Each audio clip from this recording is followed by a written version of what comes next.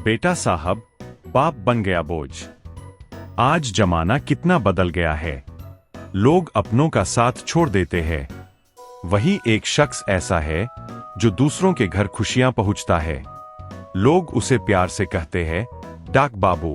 एक डाक बाबू कड़ाके की ठंड, भारी बारिश और तपती दोपहरी में भी लोगों के घर तक पहुंचाता है। पर क्या होगा जब वही डाक बाबू अपने ही घर में बेगाना हो जाता है।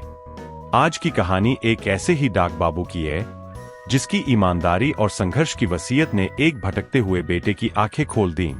एक था डाकिया रामदीन। उसका पूरा जीवन सड़क नापने में बीत गया। वह रोज सुबह डाक घर से सैकड़ों चिट्ठियां लेकर निकलता। ड्यूटी ऐसे इलाके में थी जहां सड़कें नहीं, सिर्फ पथरीले रास्ते थे। कड़ाके की ठंड हो या लू के थपेड़े, रामदीन कभी नहीं रुका। रामदीन का थैला कभी खाली नहीं रहता और उसकी जुबान कभी कड़वी नहीं होती।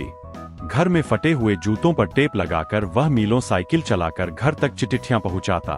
एक बार तेज बारिश में नाला पार करते समय रामदीन डूबते डूबते बचा। उसने खुद की जान की परवाह नहीं की, बल्कि डाक के थैले को सिर पर उठाकर रखा ताकि किसी की चिट्ठी न भीगे। उसका एक बेटा था अंकुश। रामदीन बेटे के भविष्य के बारे में सोचता। वो बेटे को साइकिल और फटे चप्पल से दूर रखना चाहता। उसे वह साहब बनाना चाहता ताकि उसका सपना पूरा हो सके।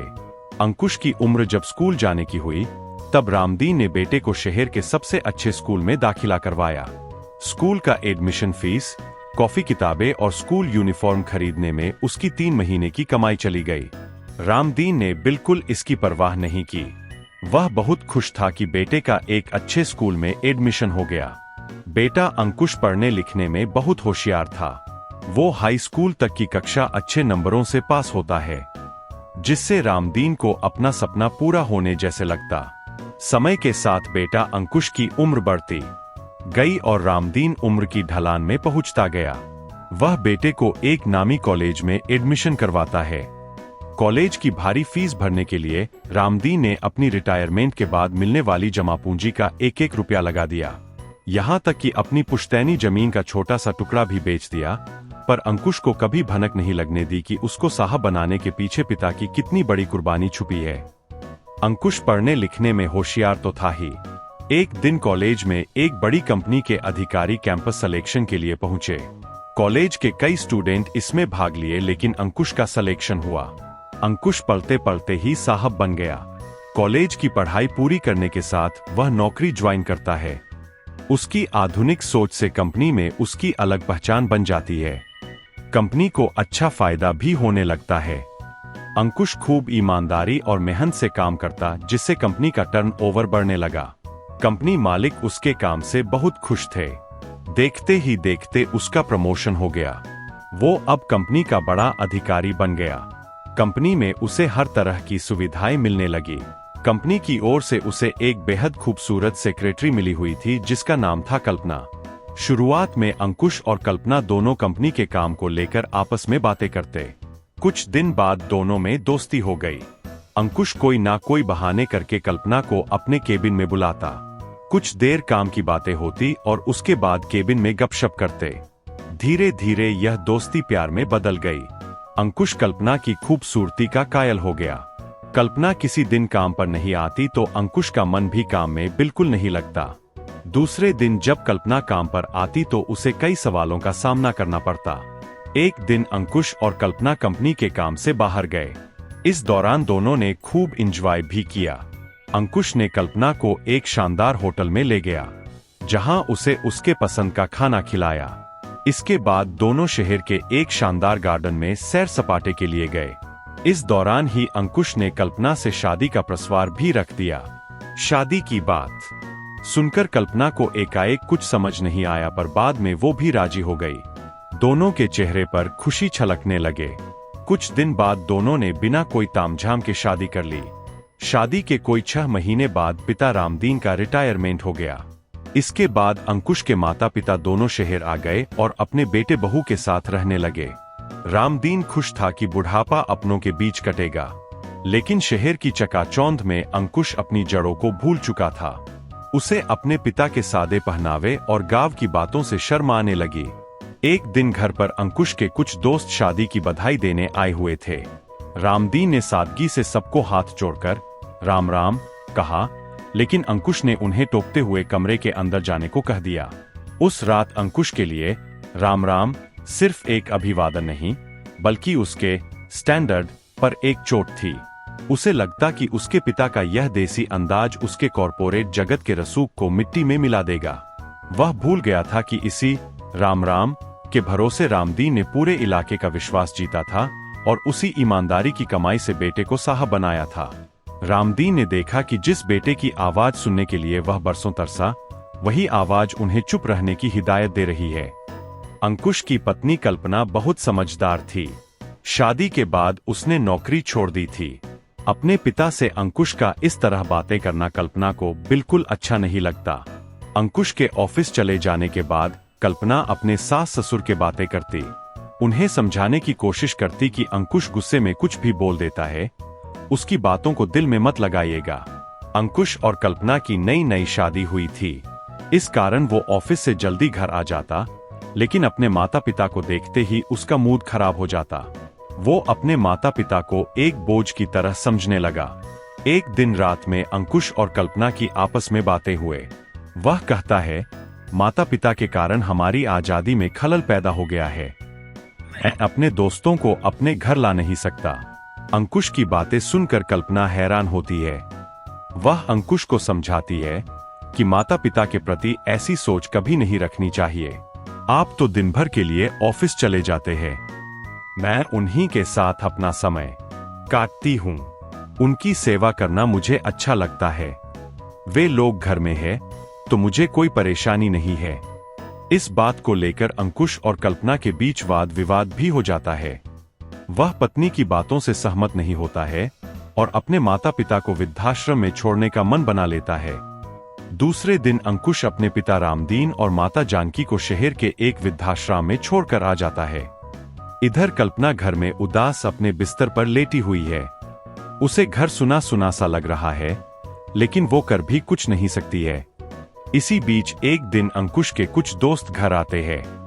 अच्छी जमकर पार्टी होती है। उसके दोस्त अंकुश से उसके माता पिता के बारे में पूछते हैं। उसका जवाब होता है कि शहर उन्हें रास नहीं आ रहा था, इसलिए वो वापस गांव चले गए। कल्पना यह सारी बातें सुनती है तो उसकी आंखें भर आती है। उसे अपने बुजुर्ग सास ससुर की खूब याद आती है। एक दिन वृद्धाश्रम से खबर आई कि रामदीन बहुत बीमार है। इतना सुनते ही कल्पना कुछ खाने पीने का सामान लेकर अपने ससुर रामदीन के पास पहुंच जाती है। बहू को आते देख रामदीन के आंखें नम हो जाती है, लेकिन वो मन में सोचने लगता है, भगवान सबको ऐसी बहू दे।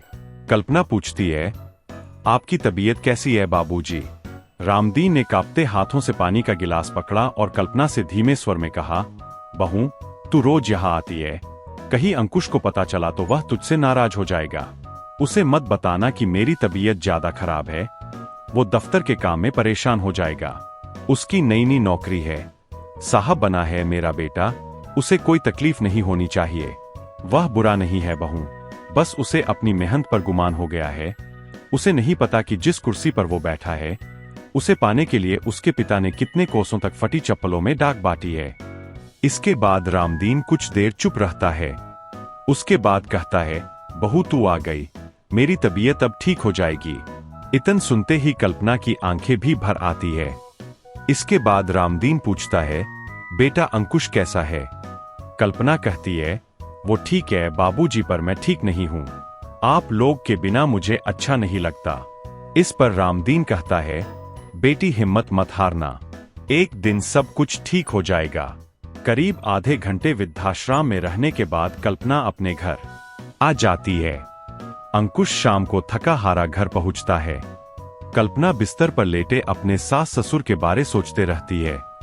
वह पत्नी कल्पना से पूछता है, आज क्या तबीयत ठीक नहीं है? वो कुछ कहती नहीं, बस नहीं में सिर हिला देती है। दूसरे दिन अंकुश के ऑफिस जाते ही कल्पना अपने ससुर को देखने वृद्धाश्रम पहुंच जाती है। करीब एक सप्ताह तक यह सिलसिल चलता रहा। कल्पना हर दिन कुछ ना कुछ बनाकर वृद्धाश्रम पहुंच जाती। वो इसकी जानकारी पति अंकुश को नहीं होने देती।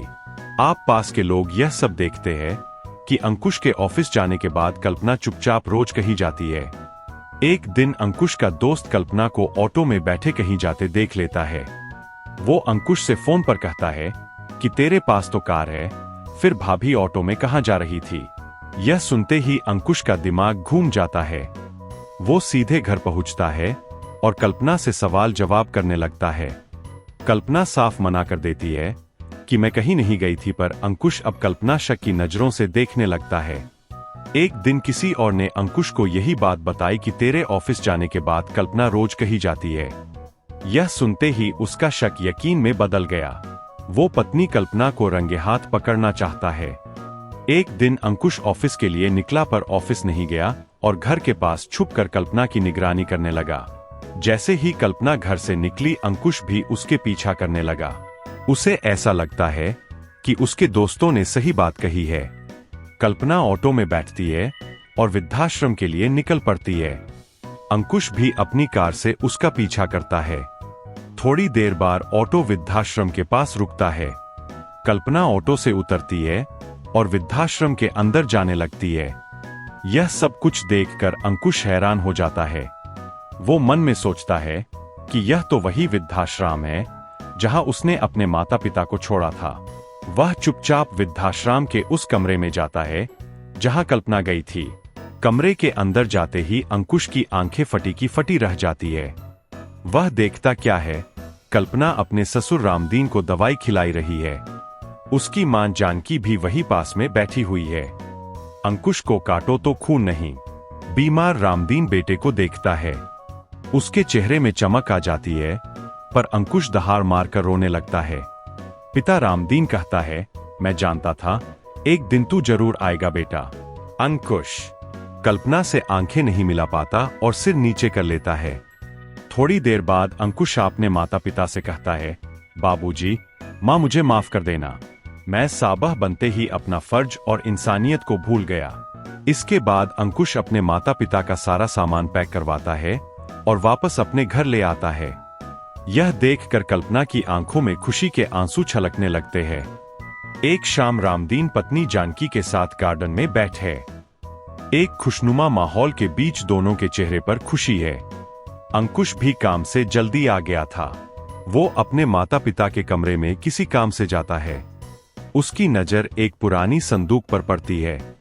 वो संदूक खोलता है कि शायद इसमें कुछ रद्दी होगी, लेकिन अंदर उसकी पुरानी फटी हुई कापियां, टूटे हुए खिलौने और वे सारी रसीदें थीं जो रामदीन ने पाई पाई जोड़कर अंकुश की पढ़ाई के लिए भरी थीं।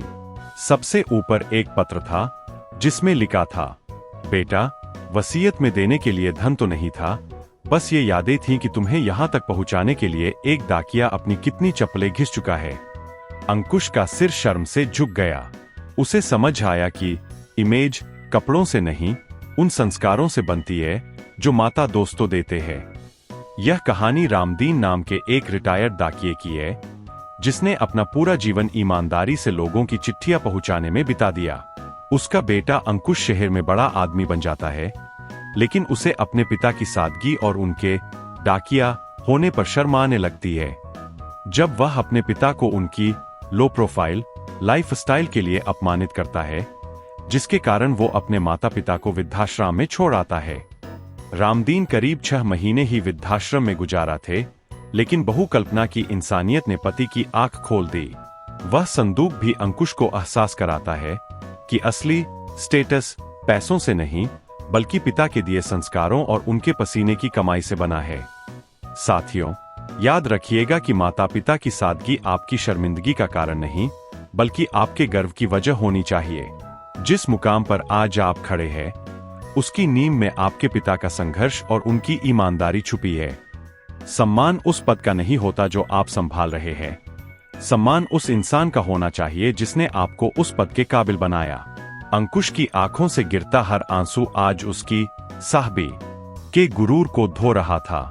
उसने पिता के उन पैरों को छू लिया जो बरसों तक पथरीले रास्तों पर सिर्फ इसलिए चलते रहे ताकि उसका भविष्य मखमली कालीनों पर बीत सके। उसने समझ लिया कि संस्कार और सम्मान बाजार में नहीं मिलते, ये उस पसीने से सींचे जाते हैं जो एक पिता अपने परिवार के लिए बहाता है। साहब बनना आसान है, लेकिन इंसान बने रहना ही असली कामयाबी है। दोस्तों, यह कहानी आपको पसंद आई हो आपके दिल के किसी कोने में जगह बनाई हो तो प्लीज इस वीडियो को लाइक और कमेंट करते हुए हमारे चैनल को सब्सक्राइब जरूर करें। अब अगली कहानी तक की इजाजत। नमस्कार, धन्यवाद।